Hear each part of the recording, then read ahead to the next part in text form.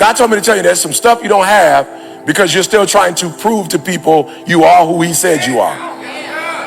There are those of you who are putting on and you're putting on for people and you're not going to get what God will have you to get as long as you're putting on.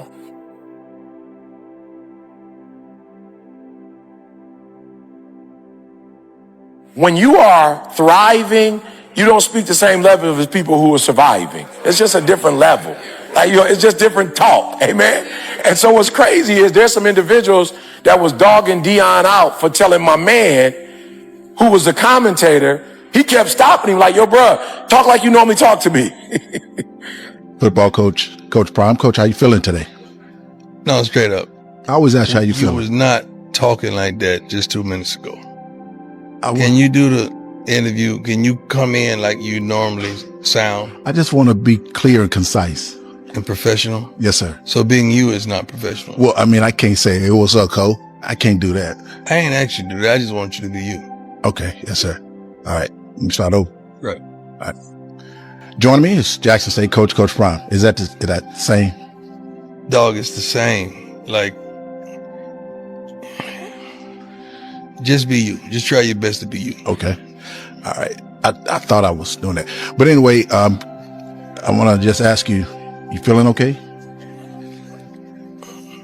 See, like, if I say, man, what's up, Rob J? That's me. What's up, Rob J? You know the difference? Did you see the difference? That's what you do. And I don't know who you trying to please out there, but I just want you to try your best to be you. He was like, what you doing? He's like, when they turn the camera on, you start talking different. Like, talk to me like you was talking to me a minute ago. Like, be your authentic self is what he was trying to say. He was just saying, be you. And my man was like, well, I'm being professional. He said, well, you not professional. Like, you are professional. What type of professional are you trying to be? Listen to me. You cannot go viral. I want to use today's language. You can't go viral not being your authentic self. You got to be your authentic self to go viral. Does that make sense? So I'm going to start all over before I get into my message today. There are those of you who are putting on and you're putting on for people and you're not going to get what God will have you to get as long as you're putting on. Just be your authentic self. Now, here's what happens. I'm going to be real. Here's what happens when you're your authentic self. You're going to lose a lot of people. You're going to lose a lot of people, but you're going to gain people who will ride or die. Does that make sense? I was telling Jeremy earlier, we had a one-on-one sit down. God is about to help me to use my whatever to help him get to another level. And I was like, Jeremy, there's a thing called the law of diminishing returns. It's like, for people say to me, my son used to say, Dad, I want to be a millionaire. I said, what do you want to be a millionaire for? You trying to help people or is it for you? Because it's for you, you only need 250,000. I'm just being real. If you want to be rich, you only need 250,000. You start getting over that, the government you in a different tax bracket and the government about to beat you upside your head. I'm just being real. If you make $1 million, you ain't gonna keep it about 500 something thousand. They about to take half of that. They getting 40%, and then there's some other taxes at the end that you probably gonna have about 5,000. I said, son, you want to be right about 257,000 and be under the radar. You don't want to get over that because now the IRS is looking at you as you are of interest to them. Right? You want to keep it right there. Does that make sense? So the law of diminishing returns says you do so much and you not get nothing in return for it. Like there's a limit. So I want you to understand something. You got to hear me. You don't need to do nothing else but be God's child to get what he has for you. I got to get this through your head before I give you the lesson today. You got to get this because you're actually killing you. You're the one that's messing you up. You're the one. I told a group yesterday, there's nothing you can do to prove yourself to God. What you're doing is trying to prove yourself to you. You ain't about to prove nothing to God that he don't know. He says, for I know the plans that I have for you, said the Lord of hosts. I know the plans that I have for you. You don't know them. I know them. And if me and you would get on the same page, I could do what I'm trying to. Does that make sense? Yeah. You're not about to convince God that you know different than who you are. He knows who you are. If you would just realize who you are and embrace it, he could finally give you his plan. But he can't give you his plan when you this version of you. So all you really have to do is develop and he will deliver. Come on, write that down. Write that down. As you develop, God is going to deliver more of the plan. The reason why you don't have a full plan is because you ain't fully developed. God can't deliver to you what he wants to deliver to you because you're not developed to the level you need to be developed to get the stuff, and you chasing the stuff when all you need to chase is development. And as you develop, that's why I got very few followers on Instagram. It's people telling jokes. They got 10 million followers. They telling jokes. They got 10 mil. They telling jokes. I could tell some more jokes and get the numbers up, but I'm not interested in making people laugh. Ain't nothing funny. We live in a society right now, ain't nothing funny. I mean, I'm gonna be telling you jokes. So I'm gonna talk development talk. Why? Because a small group of people are ready to get developed. But once you get developed, then God delivers. Yeah, I love it. I love it. Here's the last one. Before we go to the word, God told me to tell you, you're gonna die. You're gonna die. And you don't know when you're gonna die, so stop acting like you know. That's what God told me to tell you. He told me to tell you, some of y'all, if you knew you only had 3 years left, you'd live differently. He told me to tell you to live like you're gonna die and stop living like you're gonna live forever, because you're not. Stop. I told y'all the story when my grandmother passed. My grandma been well her whole life. She was 92 almost. She was weeks away from 93.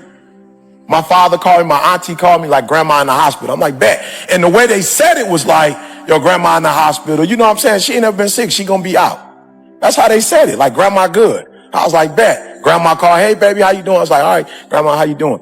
Right? And so my father was like, she about to go into surgery, right? But she ain't never been sick. She about to go into surgery. The doctor said it's good. My grandma called me. I should have knew something was up. I was in Chicago. I was there. And my wife was like, you probably need to go see your grandma. I'm like, nah, I'll see her when she get out.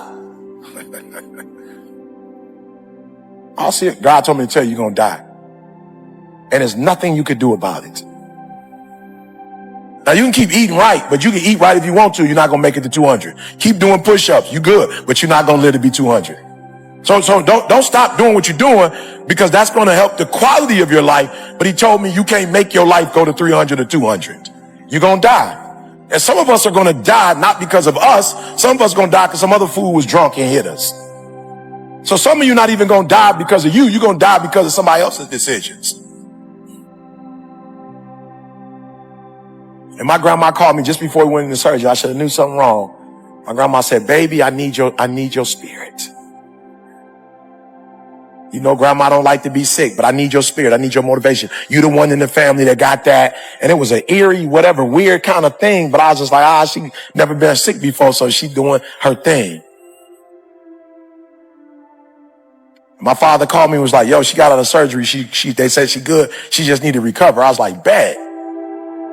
And then my father called me hours later and like, your grandma, it was weird. He didn't even say she was dead. He was just like, your grandma had some complications. I was like, oh, okay, what kind? You know what I'm saying? Constipation, complications. Like, what kind of complications is she having? He was like, no, complications. I was like, bruh, we grown. Like, what? Do I need to get in the car? Do I need to come? Like, what? He's like, no, she didn't make it. I said, she didn't make what? She didn't make what? He was like, she gone. I said, what? For some of us in this room, you may only have a year. We may only have 2, 3. I don't know. But God told me to tell you, when you leave here, stop acting like you got 20. Stop acting like you got 30. And develop as quick as you can so that you can get what God has for you as long as you can. Am I talking to somebody? Listen to me. I'm mad at Eric Thomas because it took me so long to get my stuff right. So let me just put it like this. Watch this. I want to show you something. I could have been on this. I want to ask, how many of you that if I would have waited another 10, 15 years to get right with God, you may not have gotten a hold of my gift online? And I just want to, can I just be real? Can I just be real? Like, I just want to show you what I'm trying to tell you. What if I still would be trying to work it out and trying to get developed? What if I was still getting up at 8 o'clock in the morning instead of 3 with God? What if I didn't change, get my marriage right, didn't try to become a better father? What if I didn't change and develop and become this version of me? For some of you, where that message that you got, that I wouldn't have been able to give that message because I wouldn't be me, and you didn't get that message at that time, and you would have leave here knowing that you may not have years. You may not have double digits. So whatever needs to be done in that time frame, do it. Because not only does it affect you, your development affects other people's delivery. I need you to hold on to that one. I'm going to say that one more time. Your personal development impacts the lives of other people's delivery. If you don't get developed, they don't get what God has for them. Does that make sense? I'm talking to somebody. Does that make sense? All right. Is it dark? You can't see me? I don't know. Or is it just deep and right now you're trying to reflect on it? Okay, good. Whatever. Because I just want to like you quiet. Okay. But if you focus, that's all. That's okay. I get it. That part I get. All right. So let's go to the word. I wrote it down. God told me to write it down. So the first one is an R. Write that down. The first one is an R. It's crazy. God gave it to me. The first thing God told me to do was, God told me to tell you that the first thing, these are 4 things that you have to do today. These are 4 instructions. It's not preaching or speaking. This is instructions. The first thing he told me to tell you to do is get to the root. Write it down. I wrote this stuff down. Stop doing leave work, he told me to tell you. Stop doing leaf work and branch work and do root work. That's what he told me to tell you. That some of you, and it's not a problem, but some of you are going to get surgery, like you're enhancing your physical fit. Some of you are in the gym and you working out. He told me to tell you that's okay, but stop doing leaf work and branch work and do root work. He told me to tell you, stop doing leaf work. Some of you doing leaf work. There's nothing wrong with leaf work if you're doing root work, but he said you're not doing root work. So I'm not suggesting you don't enhance yourself, but he told me to tell you that when you fix the leaves, it's not about to fix the tree.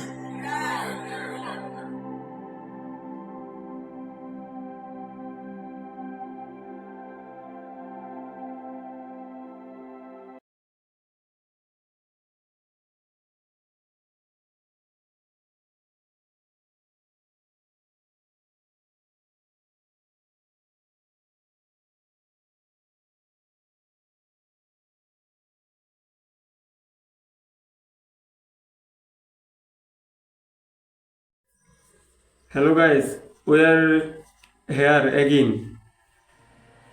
Today I'm gonna talk about right root work.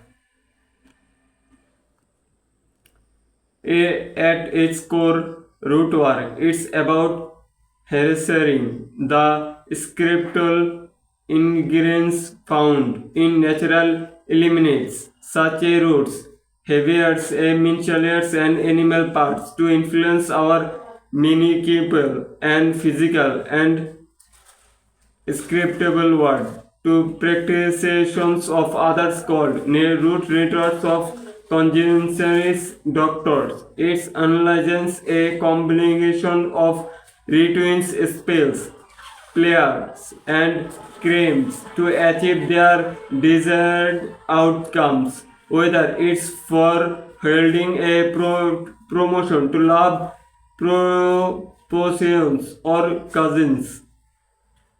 One of the fundamental principles of network root work is the belief in symbolistic magic in idea that's like actors that observe or actions can influence events through their symbols connections. For explain using a red candle to a respective loves for portions in spells element a actor king a partner. Another key aspect of root works is the essential elements such as instructors seeds of spirits who are called open a assistant of guidance. Pairs and organs are made to this entire exchange of their help in achieving desired outlines. Description of roots African specifically. While root work continues to be practiced by day. Today, it's important to recognize its historical significance and culture context from which is immense. Just a form of magic, but a deeply spiritual practice that serves as a